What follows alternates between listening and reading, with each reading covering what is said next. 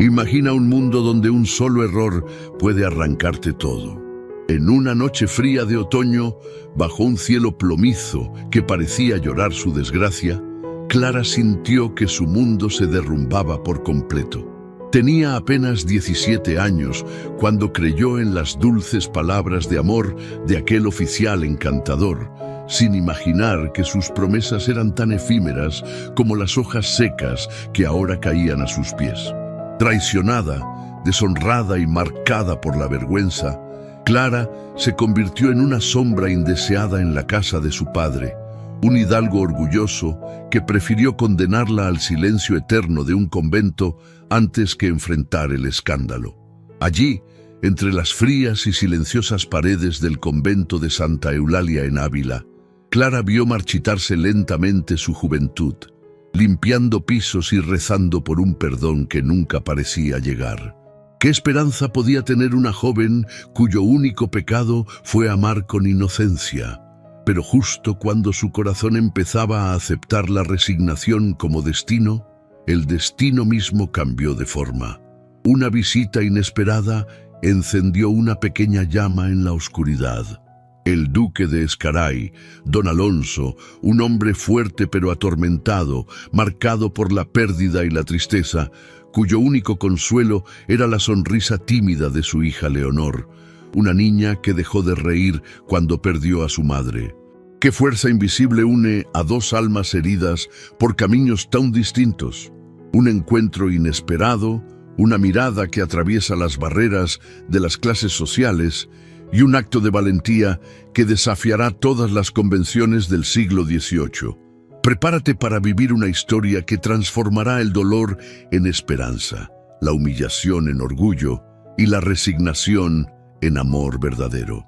Esta es una historia que recordarás por siempre.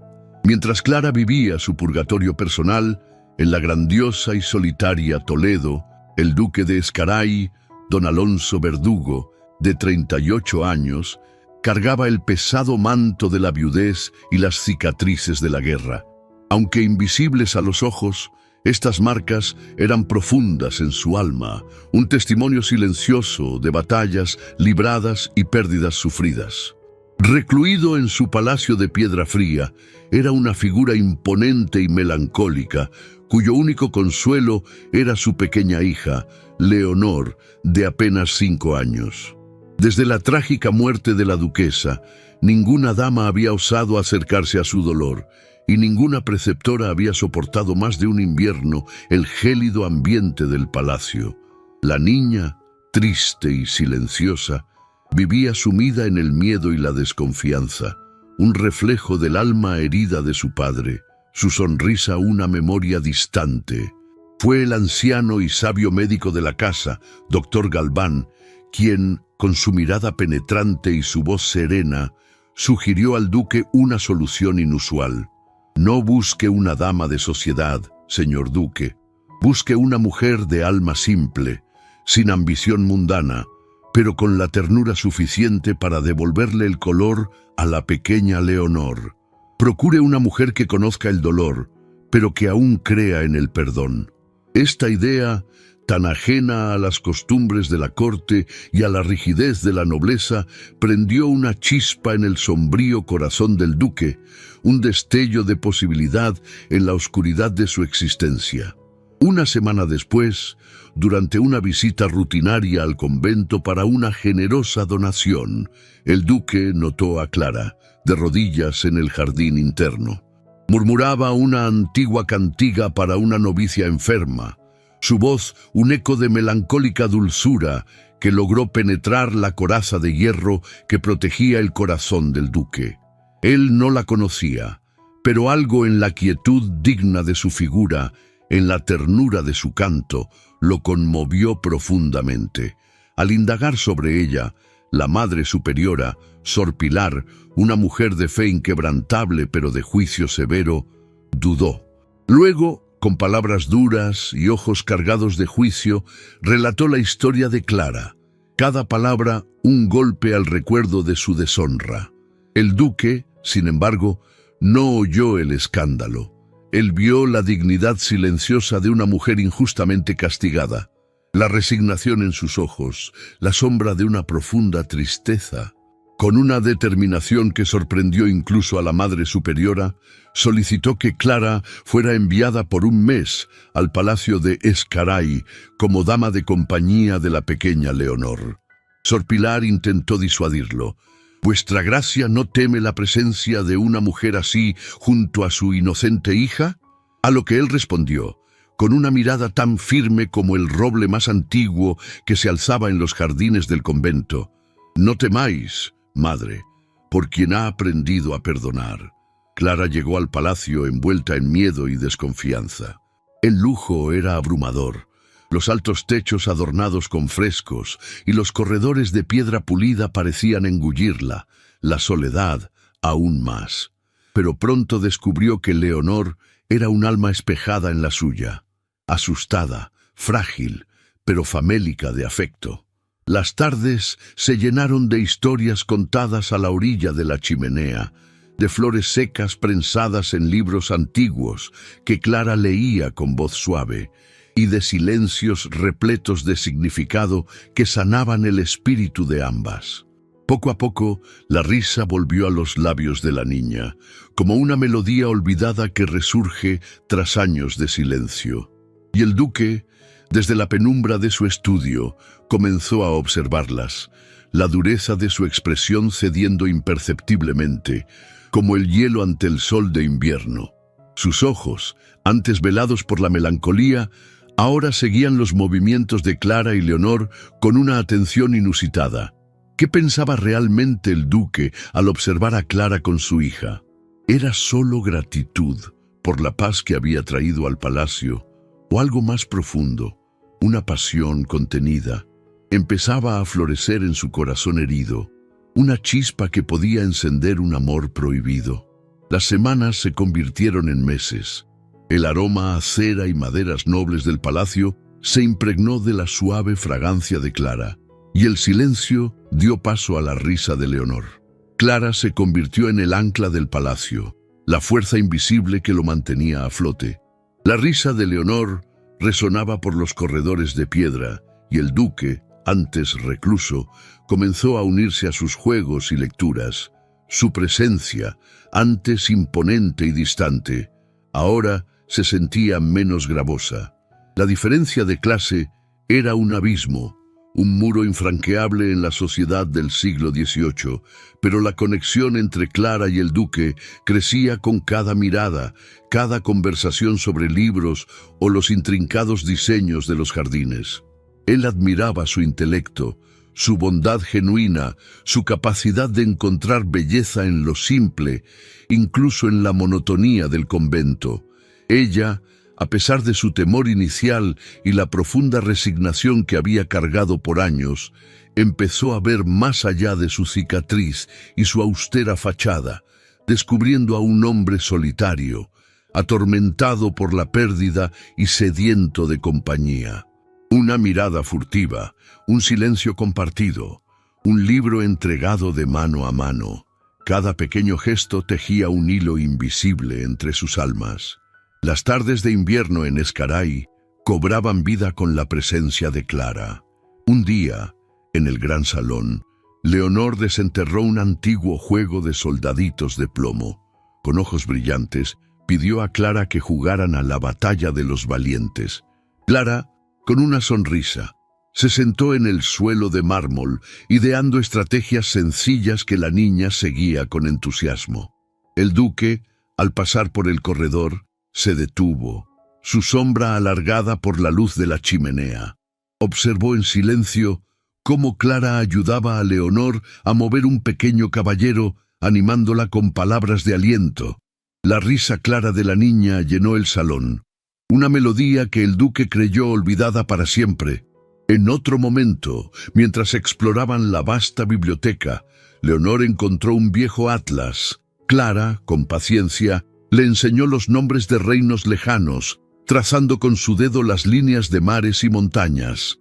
«Mira, Leonor», le susurró Clara, «este es el gran océano que separa España de tierras misteriosas. ¿No te gustaría navegar por él algún día? Leonor asintió con los ojos muy abiertos, soñando con aventuras que Clara le había pintado con palabras. Estas escenas, sencillas y profundas, sellaban el vínculo maternal entre ellas, un lazo que ni la sangre ni el linaje podrían romper. Una noche, la lluvia golpeaba con fuerza los ventanales de la biblioteca. El duque y Clara se encontraban allí, ambos inmersos en la lectura, la única luz, un candelabro titilante.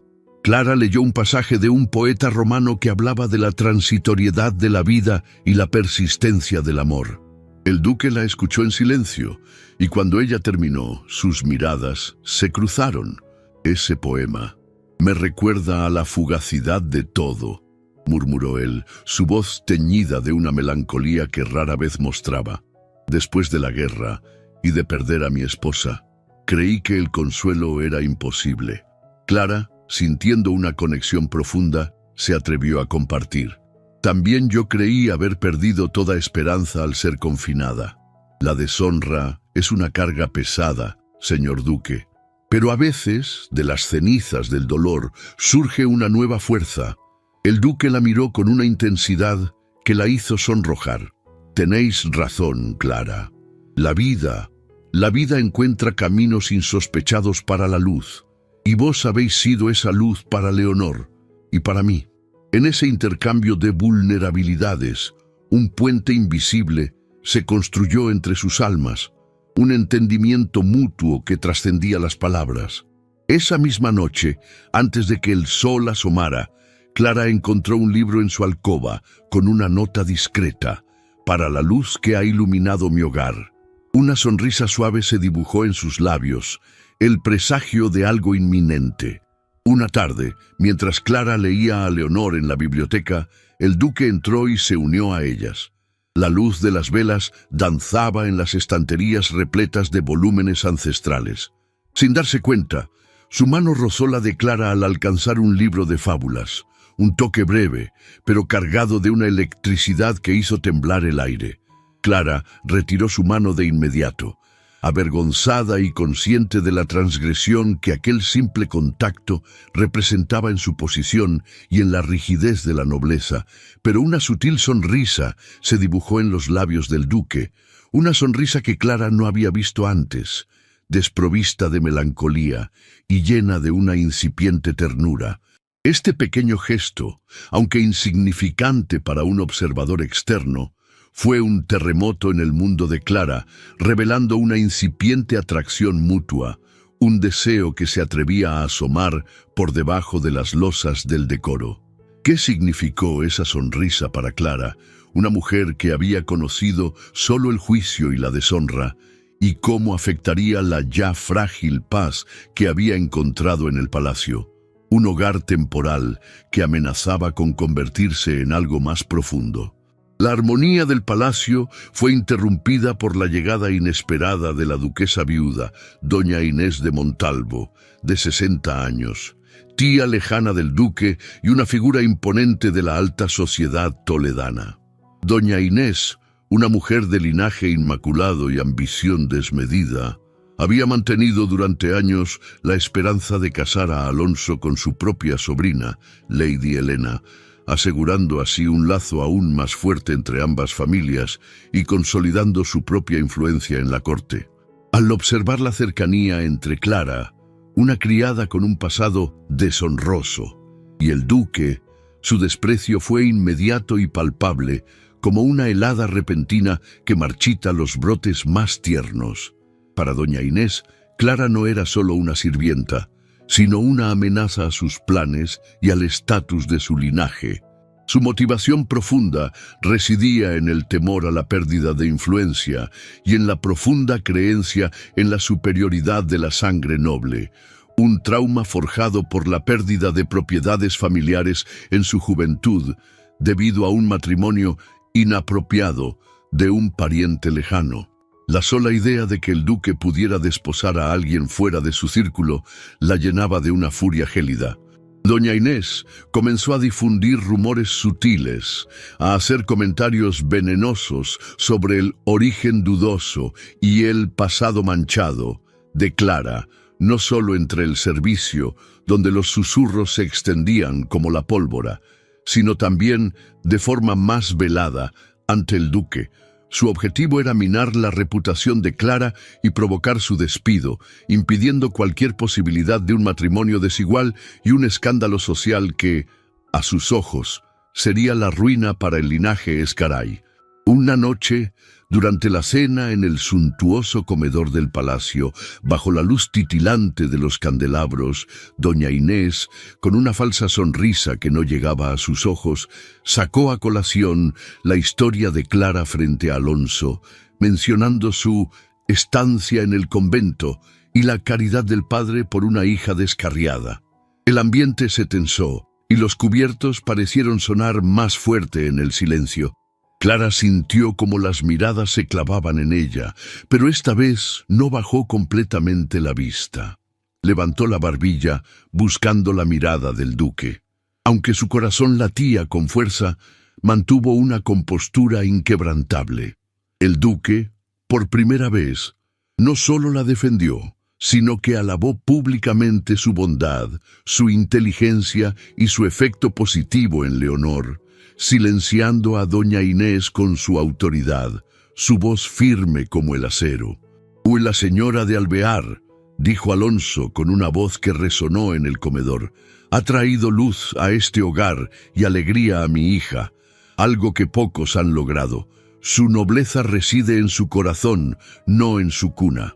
En ese instante, Clara encontró la fuerza para responder con una voz clara y serena que sorprendió a todos. «Mi pasado, excelentísima señora, es conocido y aunque ha sido un camino de dolor, ha forjado la mujer que soy. No tengo nada que ocultar ni de qué avergonzarme».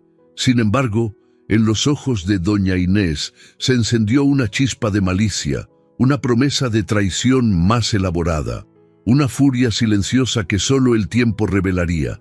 ¿Cómo doña Inés, herida en su orgullo, buscaría su venganza y qué alcance tendría su próximo golpe en la frágil relación que comenzaba a florecer entre Clara y el duque? Clara, a pesar del apoyo incondicional del duque, sentía el peso de las miradas y los susurros que la envolvían como una densa niebla. El pasado era una cicatriz que no podía ocultar, una marca que la sociedad jamás permitiría olvidar. La soledad, a pesar de la compañía de Leonor y la creciente cercanía del duque, a veces la oprimía. Una noche, incapaz de conciliar el sueño en la vasta alcoba del palacio, sus pensamientos girando en un torbellino de angustia, encontró por casualidad el viejo diario de la difunta duquesa Leonor, la madre de la niña. El diario, encuadernado en cuero desgastado, reposaba en un cajón olvidado de la biblioteca, su presencia casi fantasmal.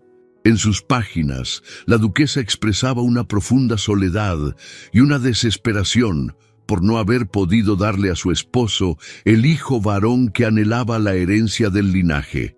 Describía la presión de la nobleza, la frialdad del palacio y un matrimonio que, a pesar de la lealtad, carecía de calidez. Este descubrimiento hizo que Clara viera al duque bajo una nueva luz. No solo un hombre viudo y herido por la guerra, sino uno que había cargado con la presión de la descendencia y la tristeza de una esposa infeliz, un peso que lo había llevado a su reclusión. Esta empatía profunda fue un punto de inflexión en su propio conflicto interno. La pena del duque reflejaba la suya, el dolor de la pérdida, la carga de las expectativas. Por primera vez sintió que su dolor la conectaba con él, en lugar de separarla por la diferencia de su linaje. Este momento de introspección, breve pero intenso, la llevó a una decisión que cambiaría el curso de su destino. No huiría, no se escondería más, lucharía por el amor que sentía por Leonor y de forma incipiente por el duque, incluso si el camino prometía ser arduo y lleno de espinas. La esperanza brotó en su corazón como una flor en un muro de piedra. Doña Inés, en su afán implacable por desacreditar a Clara y derrocarla de su incipiente posición, interceptó una carta de un antiguo conocido del padre de Clara, un hidalgo empobrecido que había sido testigo de la deshonra. En la misiva se detallaba explícitamente la deshonra de Clara y su confinamiento en el convento. Con una astucia maliciosa, doña Inés manipuló la carta para que pareciera que Clara había mantenido contacto con el hombre que la sedujo, añadiendo frases ambiguas que sugerían una relación continuada y pecaminosa. Un día, en un salón lleno de invitados, mientras la charla animada llenaba el aire, doña Inés dejó caer accidentalmente la carta frente al duque, sus ojos brillando con una satisfacción apenas contenida. Él la recogió y al leerla, su rostro se oscureció, la cicatriz de su mandíbula pareciendo más profunda. Clara, que presenció la escena desde la distancia, sintió el frío de la traición en los ojos de doña Inés, una punzada de dolor que la dejó sin aliento. El duque, inmerso en la lectura, aún no levantaba la vista. ¿Creería el duque la calumnia de doña Inés, que amenazaba con destruir todo lo que habían construido?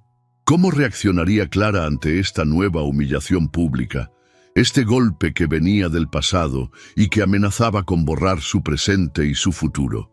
La tensión en el palacio se volvió insoportable, densa como la niebla que a veces cubría los tejados de Toledo. Los susurros se multiplicaron, las miradas furtivas se clavaron en Clara, cada una cargada de juicio.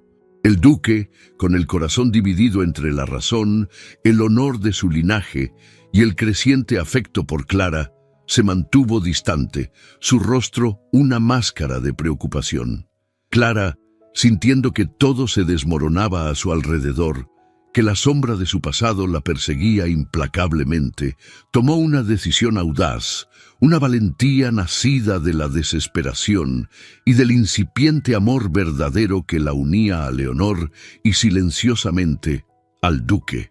Durante una velada importante, donde la alta sociedad de Toledo estaba reunida en el palacio, bajo la luz de innumerables candelabros y el murmullo de conversaciones, Clara, con una dignidad que sorprendió a todos, se acercó al duque y le pidió hablar en privado. Sus manos temblaban ligeramente, pero su voz, aunque suave, era firme. Le entregó el diario de la difunta duquesa y con voz firme pero temblorosa le reveló el verdadero contenido de la carta que doña Inés había manipulado. No era una misiva del hombre que la deshonró, sino de su propio padre, pidiéndole perdón por haberla condenado al convento y deseando su felicidad en una última muestra de arrepentimiento antes de morir. Él había sabido de su bondad y de su efecto sanador en Leonor, a través de los sirvientes leales que aún le servían, y en su lecho de muerte había intentado enmendar su error, un acto de esperanza tardía pero significativo. El duque, al leer las últimas entradas del diario de su difunta esposa, donde se revelaba su profunda infelicidad y el peso de su propia carga, y la verdadera carta del padre de Clara, sintió una mezcla de culpa por su propia ceguera y rabia por la manipulación de doña Inés. Se dio cuenta de la profunda injusticia que había cometido contra Clara al dudar de ella. En un acto de valentía inesperada que conmovió a los presentes, el duque, frente a todos los invitados que observaban la escena con curiosidad y expectación, anunció que Clara no solo seguiría en el palacio, sino que asumiría el cargo de preceptora principal de Leonor, un puesto de considerable estatus y respeto, que solo solían ocupar damas de la más alta cuna. Este fue un golpe directo a doña Inés, cuya cara se descompuso al ver sus planes frustrados, su rostro una máscara de incredulidad y furia contenida. Los murmullos se elevaron, pero esta vez eran de asombro y admiración, no de juicio. ¿Cómo reaccionaría doña Inés a esta derrota pública que significaba no solo el fracaso de sus planes, sino también la pérdida de su propia reputación ante la nobleza toledana? ¿Qué implicaciones tendría la nueva posición de Clara para su futuro en el palacio y para la incipiente pero innegable pasión contenida que la unía al duque? La historia de Clara se teñía de nuevos colores, pasando de la resignación a la esperanza. La humillación de doña Inés fue evidente para toda la corte de Toledo y su rabia, lejos de menguar, se transformó en una última y desesperada acción, un golpe final para destruir a Clara y, por extensión, al duque. Envió una carta anónima al obispo de Toledo, acusando a Clara de conducta inmoral y de poner en peligro el alma de la pequeña Leonor. Esta acción era un último intento de destruir a Clara y de coaccionar al duque a un matrimonio adecuado, con una dama de linaje impecable, una unión que asegurara la pureza del legado. El obispo de Toledo, un hombre de fe rigurosa, anunció una visita sorpresa al palacio para investigar las graves acusaciones. La noticia se extendió como un reguero de pólvora entre el servicio, sembrando el pánico. Doña Inés se regodeó, convencida de que su victoria final estaba asegurada, su sonrisa una mueca de triunfo. Sin embargo, el duque, alertado por el sabio doctor Galván, quien había descubierto la conspiración de doña Inés a través de una sirvienta leal que la había oído jactarse, preparó una contramedida. Al llegar el obispo, con su séquito de clérigos y su mirada severa, Leonor, con su inocencia y ternura innata, se aferró a Clara, un gesto que conmovió al propio prelado. El duque presentó pruebas irrefutables de la labor ejemplar de Clara como preceptora, el amor que la niña le profesaba y la transformación de la pequeña Leonor desde su llegada. Además, el duque reveló la carta falsificada de doña Inés y la verdadera misiva del padre de Clara, exponiendo la trama de doña Inés como una traición y una calumnia. El obispo, al ver la devoción de la niña, la impecable conducta de Clara y las pruebas contundentes de la falsedad, no encontró motivos para la condena y, en su lugar, emitió una severa advertencia formal a doña Inés por calumnia, un golpe demoledor a su ya menguada reputación. Esta aparente victoria de Clara y el duque fue un alivio, una liberación de una sombra que los había perseguido, pero el camino hacia una unión formal aún parecía insuperable debido a las rígidas normas sociales de la nobleza del siglo XVIII que condenaban el amor prohibido y los matrimonios desiguales. ¿Sería este el fin de los obstáculos?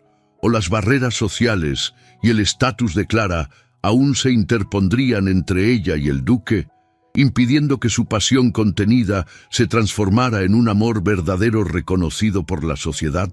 Doña Inés, completamente desacreditada y con su reputación en ruinas, su orgullo herido hasta lo más profundo, se retiró del palacio de Ezcaray, pero no sin una última, desesperada maldad.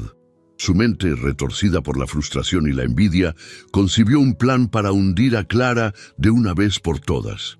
Doña Inés filtró la historia completa de Clara, incluyendo el nombre del oficial que la sedujo y el vergonzoso abandono, en panfletos anónimos que circularon por los salones de Madrid y Toledo durante la festividad de San Ildefonso, el patrón de la ciudad, esperando un escándalo que arruinara irrevocablemente la reputación de Clara y, por extensión, la del duque, quien había osado desafiarla. La circulación de estos panfletos, crueles y detallados, fue un golpe devastador, una bofetada pública que resonó en todas las casas de la alta sociedad.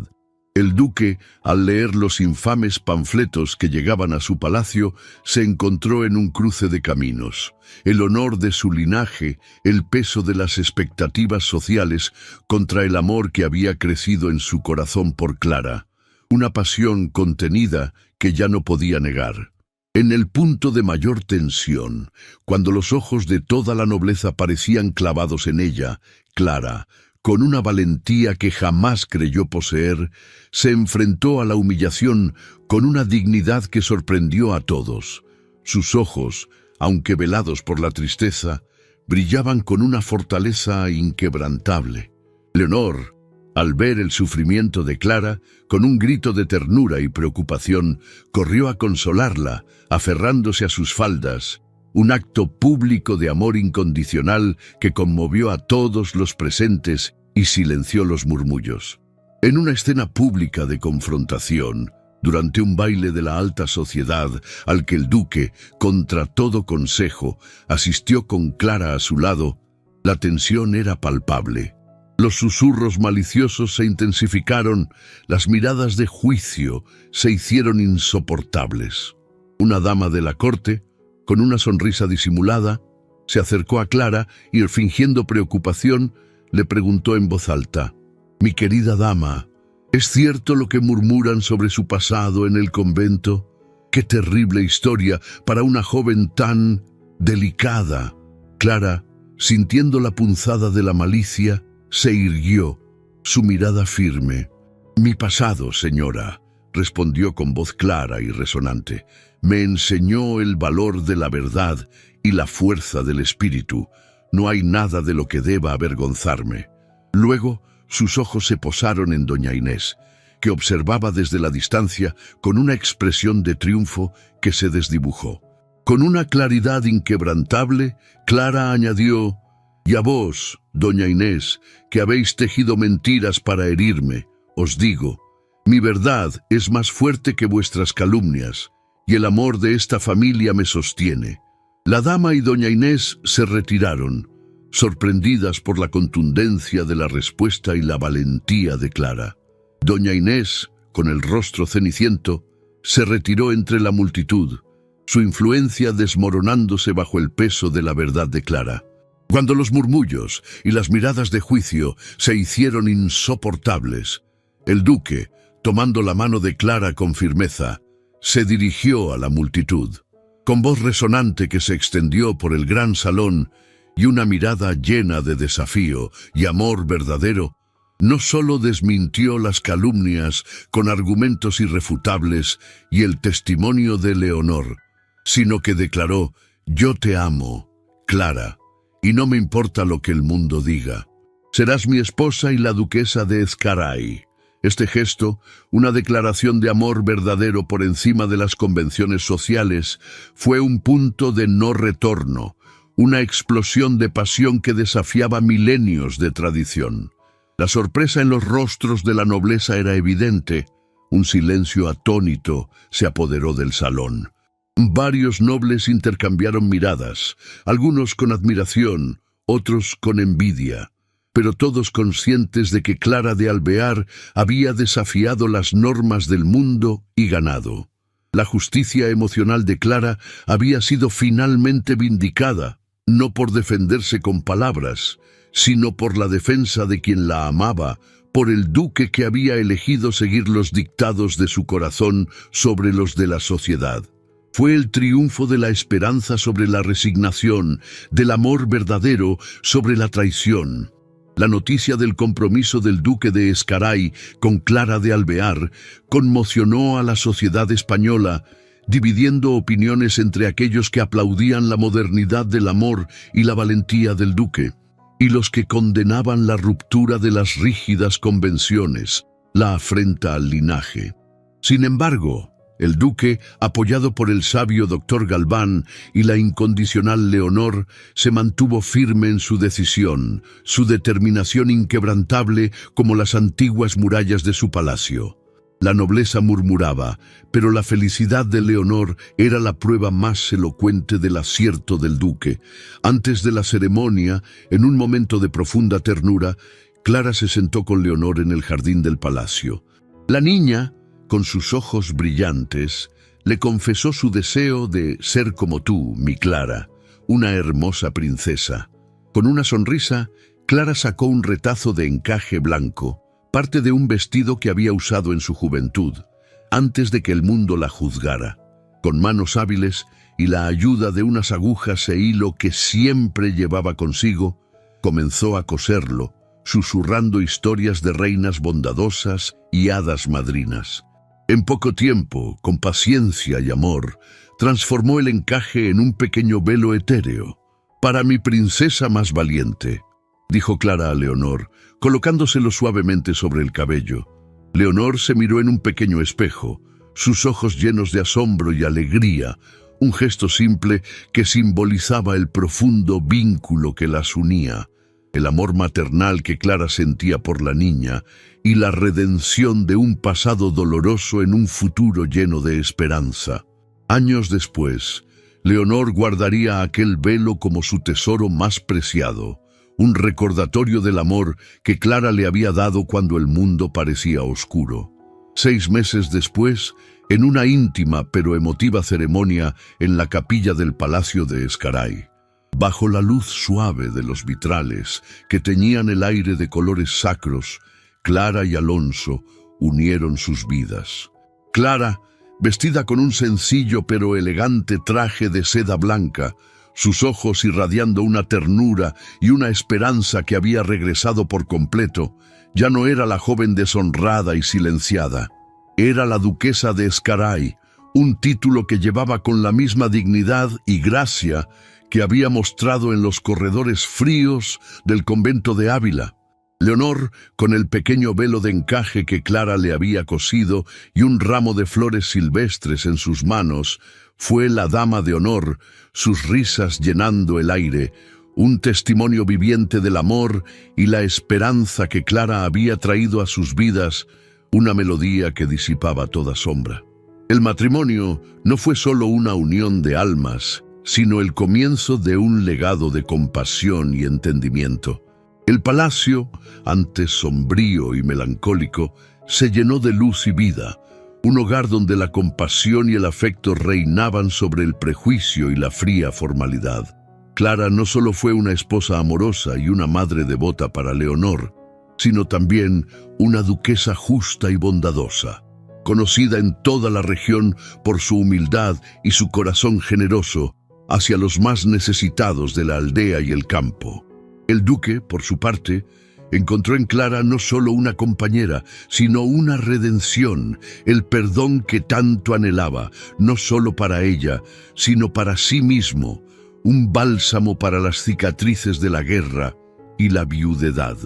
Su amor se convirtió en una leyenda silenciosa, una historia de superación emocional que susurraba en los jardines de Ezcaray con cada brisa que mecía las hojas de los árboles.